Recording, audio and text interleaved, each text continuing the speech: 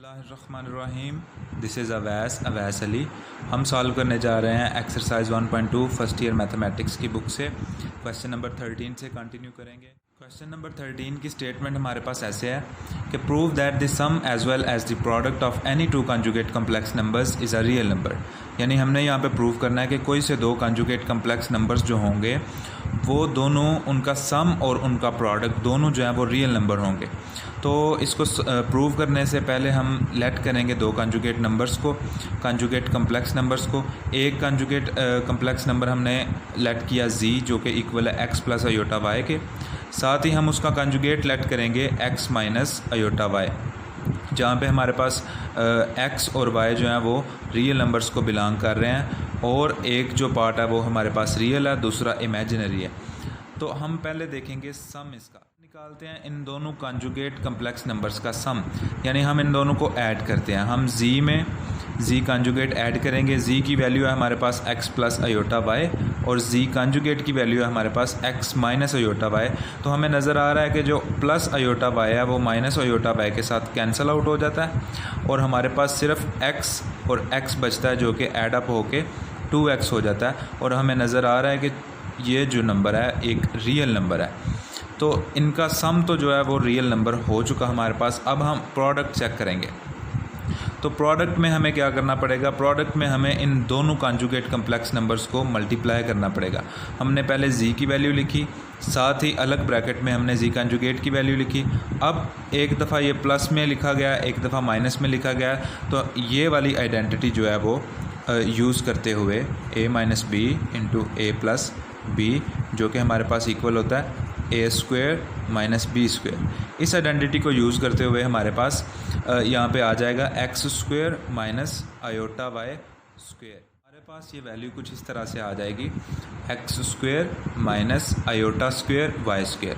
हमें पता है कि अयोटा स्क्वेयर जो है वो -1 के इक्वल होता है, तो हम अयोटा स्क्वेयर को रिप्लेस कर देंगे -1 के साथ, और ये वाला माइनस इस बाहर वाले माइनस के साथ ऑपरेट होके प्लस बना देगा, और हमारे पास फाइनल एक्सप्रेशन कुछ इस तरह से आ जाएगा, X square plus Y square. हमें चूँकि इस आंसर में कोई अयोटा नज़र नहीं आ रहा, इसका मतलब है ये सारा पार्ट भी रियल पार्ट है, तो हमारा थ्योरम जो है यहाँ पे प्रूव हो जाता है। क्वेश्चन नंबर 14 की स्टेटमेंट है हमारे पास, find the multiplicative inverse of each of the following numbers.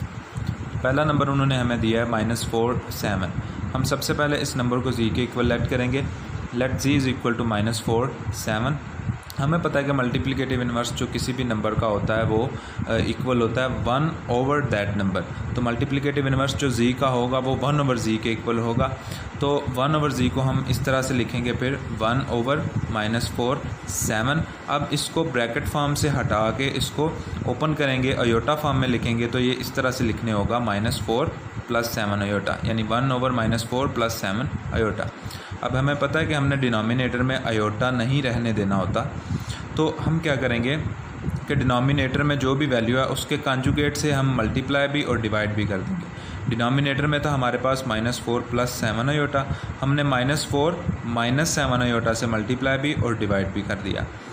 इस तरीके से हमारे पास जो है न्यूमरेटर से मल्टीप्लाई होकर फिर से -4 माइनस 7 अयोटा आ जाएगा, और जो डिनोमिनेटर में वैल्यूज़ थी वो थी -4 plus 7 iota and -4 minus 7 iota. तो यहाँ भी हम आइडेंटिटी यूज़ करेंगे ये वाली कि a minus B, A plus B is equal to A square minus B square. Identity use करने के बाद हमारे पास वैल्यू बन जाएगी -4 minus 7 iota divided by -4 square minus 7 iota square. तो नेक्स्ट स्टेप में हमारे पास -4 का स्क्वेयर जब ओपन होगा तो 16 बन जाएगा हमारे पास। 7 अयोटा का स्क्वेयर हम ओपन करेंगे तो 7 का स्क्वेयर 49 और अयोटा स्क्वेयर आ जाएगा साथ में। नेक्स्ट स्टेप देखते हैं हम। अगले स्टेप में हमारे पास डिनोमिनेटर में हमारे पास बन जाएगा 16 माइनस 49 इंटू -1, यानी अयोटा स्क्वेयर को हमने रिप्लेस कर दिया -1 के साथ, और न्यूमरेटर एज इट इज़ चलता आ रहा है। नेक्स्ट स्टेप में हमारे पास ये वाला माइनस और ये वाला माइनस ऑपरेट होके प्लस हो जाएंगे, और 16 प्लस 49 हमारे पास 65 बन जाएगा। हम 65 को जो है ऊपर मौजूद दोनों टर्म्स के साथ अलग अलग डिवाइड कर देंगे, -4/65 -7/65 अयोटा।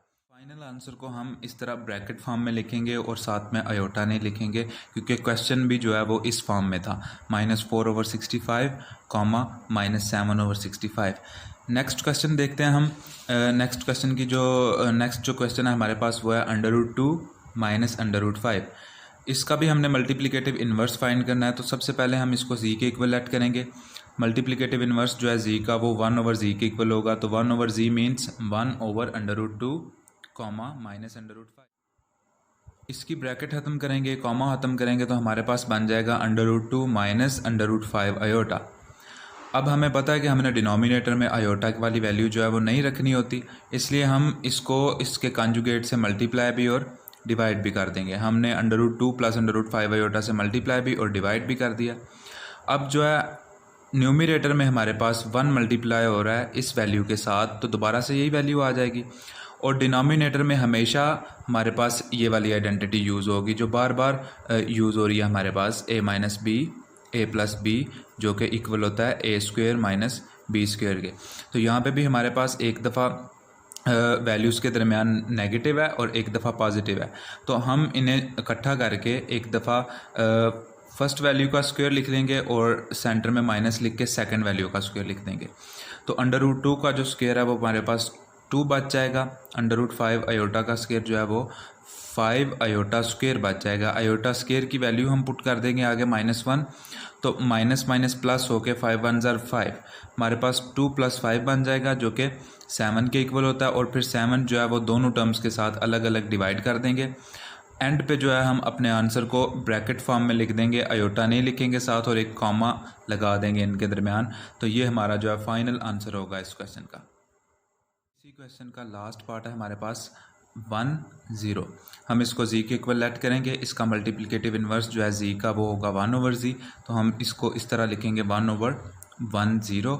तो इसको आयोटा फॉर्म में लिखेंगे तो सेकंड वैल्यू जो है वो 0 है, तो इसका मतलब है इमेजिनरी पार्ट 0 है। 1 + 0 आयोटा मीन्स 1 + 0 जो कि फिर से 1 आ जाएगा। अब डिनोमिनेटर में आयोटा नहीं आया, इसका मतलब है अब हमें इसके कॉन्जुगेट से मल्टीप्लाई और डिवाइड करने की ज़रूरत नहीं है। हमारा जो गिवन क्वेश्चन है उसका जो मल्टीप्लिकेटिव इन्वर्स आया वो फिर से 1 आ गया, यानी कि इसके साथ जो इमेजिनरी पार्ट है वो 0 है। तो हम लिख देंगे इसको 1 + 0 आयोटा, और ब्रैकेट फॉर्म में फिर से वो पुरानी फॉर्म आ गई हमारे पास 1 0। क्वेश्चन नंबर 15 है हमारे पास, factorise the following. First part है हमारे पास a² + 4b²। तो इसको फैक्टराइज करने के लिए सबसे पहले तो हमारे पास एक आयोटा मौजूद होना चाहिए हमारी स्टेटमेंट के अंदर, हमारे क्वेश्चन के अंदर। तो a² + 4b² लिखा हुआ है, तो हम ख़ुद से आयोटा लाने की कोशिश करेंगे। हम क्या करेंगे कि ये जो सिंबल लिखा हुआ है प्लस, इसको 2 दफ़ा नेगेटिव में लिख देंगे, नेगेटिव इंटू -1, ताकि हम इस -1 की जगह नेक्स्ट स्टेप में आयोटा स्क्वायर लिख सकें।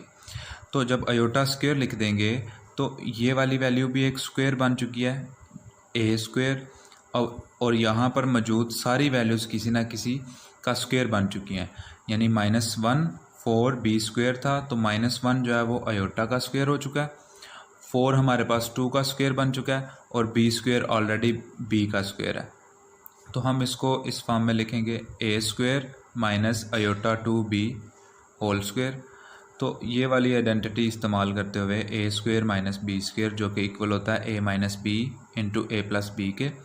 तो हम इस वैल्यू को भी एक दफ़ा माइनस के साथ और एक दफ़ा प्लस के साथ लिख देंगे, a माइनस आयोटा 2b यहाँ पे लिख लिया हमने, और अगली ब्रैकेट में हमने लिख लिया a प्लस आयोटा 2b, एक दफ़ा नेगेटिव और एक दफ़ा पॉजिटिव के साथ। सिमिलरली हमारे पास इसका सेकंड पार्ट होगा 9a² + 16b² लिखा हुआ है, तो हम इस प्लस की जगह लिख देंगे नेगेटिव इंटू -1। अब हमारे पास ये जो 9 है वो 3 का स्क्वायर होता है, a² ऑलरेडी जो है वो a का स्क्वायर है। -1 की जगह हम रिप्लेस कर देंगे, आयोटा स्क्वायर लिख देंगे हम इसकी जगह पे। 16 जो है वो 4 का स्क्वायर होता है, और b² ऑलरेडी b का स्क्वायर है। तो इनको हम होल स्क्वायर फॉर्म में लिखेंगे, 3 का स्क्वायर a का स्क्वायर, तो हम इनको इकट्ठा लिख के 3a का होल स्क्वायर बना देंगे। उसी तरह यहाँ पे हम लिख देंगे आयोटा 4b का होल स्क्वायर। दोबारा से वो आइडेंटिटी यूज़ होगी हमारे पास जो प्रीवियस क्वेश्चन में हमने यूज़ की, और फाइनल आंसर जो है वो हमारा इस फॉर्म में आ जाएगा 3a - aorta 4b into 3a plus iota 4b। इस क्वेश्चन का लास्ट पार्ट है हमारे पास 3x² प्लस 3y²। यहाँ पे जो 3 हमें गिवन है दोनों टर्म्स के साथ, ये जो 3 है ये किसी भी रकम का स्क्वायर नहीं होता, इसलिए हम 3 को एज कॉमन ब्रैकेट के बाहर लिख लेंगे और ब्रैकेट के अंदर लिख लेंगे x² प्लस y²। अब उसी तरह जो पिछले दो क्वेश्चंस में हमने जैसे किया है, प्लस की जगह हम 2 नेगेटिव्स लगा देंगे ताकि ये जो -1 है उसकी जगह हम अयोटा स्क्वायर लगा सकें। बिल्कुल उसी तरह हमने क्या किया कि अयोटा स्क्वायर y² की जगह हमने लिख लिया अयोटा y का होल स्क्वायर। अब यहाँ भी वही आइडेंटिटी यूज़ होगी हमारे पास दोबारा से, और एक दफ़ा इसको नेगेटिव और एक दफ़ा पॉजिटिव के साथ लिख लिया जाएगा। ये जो है इसकी फैक्टराइज्ड फॉर्म आ चुकी है हमारे पास। लास्ट क्वेश्चन है इस एक्सरसाइज का, question number 16। Separate into real and imaginary parts, write as a single complex number. हमारे पास फर्स्ट पार्ट है 2 - 7 iota divided by 4 plus 5 iota. तो इस तरह के क्वेश्चन हम पूरी एक्सरसाइज में बार बार करके आ चुके हैं। हमारे पास डिनोमिनेटर में जो वैल्यू है वो कॉम्प्लेक्स नंबर है, यानी कि अयोटा वाली फॉर्म में है, तो हमने डिनोमिनेटर में अयोटा नहीं रखना होता। तो डिनोमिनेटर का कंजुगेट हमारे पास बनता है 4 - 5 अयोटा। तो हम 4 - 5 अयोटा से मल्टीप्लाई भी और डिवाइड भी कर देंगे। तो न्यूमरेटर जो है वो न्यूमरेटर से मल्टीप्लाई होगा, तो हमें पता है किस तरह मल्टीप्लाई होगा। सबसे पहले हम 2 लिखेंगे और ये सारी वैल्यू लिख लेंगे ब्रैकेट के अंदर, फिर हम -7 अयोटा लिखेंगे और सारी ब्रैकेट लिख लेंगे। डिनोमिनेटर में हमारे पास सेम वैल्यूज़ है, बस एक दफ़ा पॉजिटिव साइन यूज़ हुआ है उनके दरमियान और एक दफ़ा नेगेटिव। फिर से वो आइडेंटिटी हमने यूज़ की, a + b into a - b is equal to a² - b²। तो हमारे पास ये इस तरह से आ जाता है। न्यूमरेटर में जो है वो मल्टीप्लिकेशन हो रही है हमारे पास, 2 4s आर हमारे पास 8 आ जाएगा, उसी तरह 2 5s आर 10 आ जाएगा, साथ नेगेटिव और अयोटा भी लिखेंगे हम। सिमिलरली 7 4s आर 28 अयोटा और साथ नेगेटिव लगाएंगे। अब ये वाला नेगेटिव और ये वाला नेगेटिव पॉजिटिव बन जाएंगे और 7 5 टाइम 35 आ जाएगा हमारे पास और साथ अयोटा स्क्वायर आ जाएगा। ये वाला अयोटा और ये वाला अयोटा अयोटा स्क्वायर बन चुके हैं हमारे पास। डिनोमिनेटर में 4² जो है वो हमारे पास 16 होता है, 5² 25 और साथ ही अयोटा का स्क्वायर आ जाएगा। नेक्स्ट स्टेप देखते हैं हम। न्यूमरेटर के अंदर ये जो दो टर्म्स थी -10 अयोटा -28 अयोटा, ये दोनों अयोटा वाली टर्म्स थी, इनको हम जो है ऐड कर देंगे और ये हमारे पास बन जाएगा -38 अयोटा।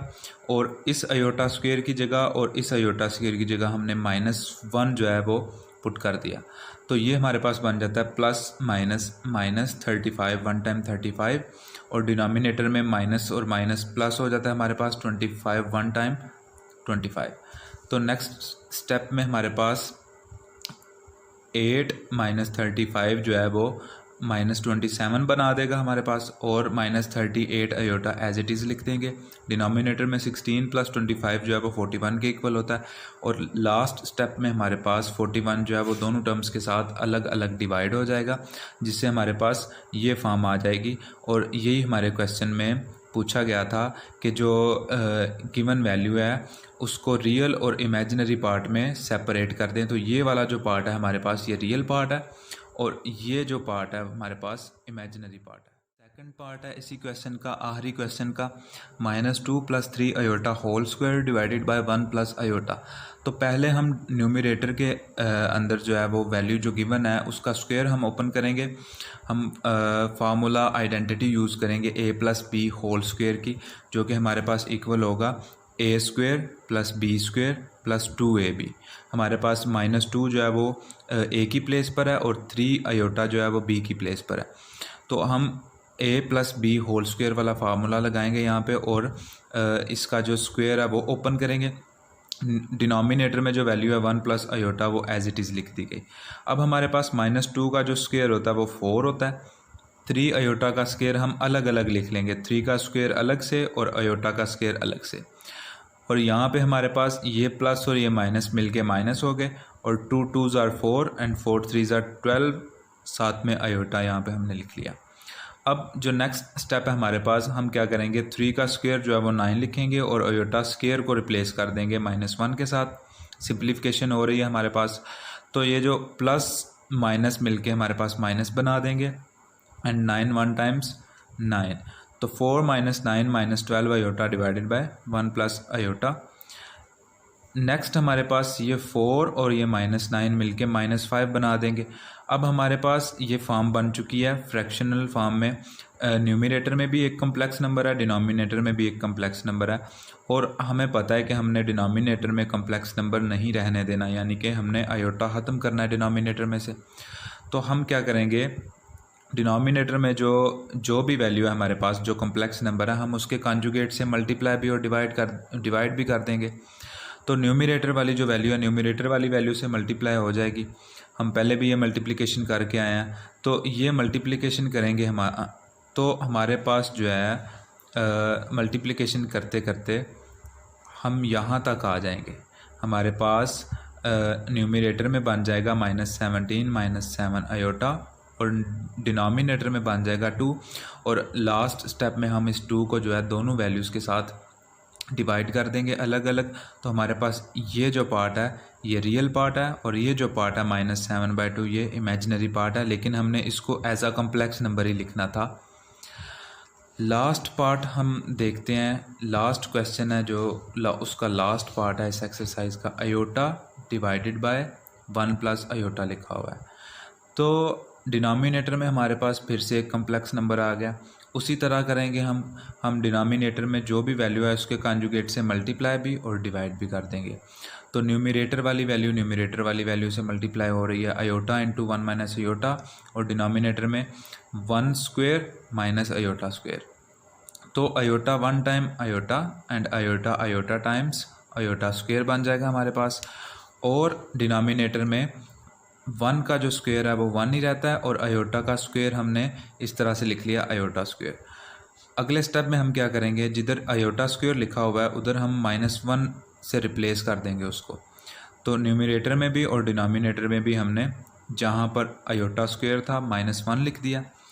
अब जो है हम सिंप्लीफिकेशन करेंगे तो नेगेटिव और नेगेटिव पॉजिटिव हो जाएंगे। उसी तरह डिनोमिनेटर में भी नेगेटिव नेगेटिव पॉजिटिव हो गए। हमारे पास न्यूमरेटर में बन जाता है आयोटा प्लस 1, जिसको हम 1 प्लस आयोटा भी लिख सकते हैं, और डिनोमिनेटर में हमारे पास बन जाता है 1 + 1 2। अब ये जो 2 है दोनों वैल्यूज़ के साथ, दोनों टर्म्स के साथ डिवाइड हो जाएगा। यहाँ पे हमारे पास बन जाएगा 1/2 + 1/2 आयोटा।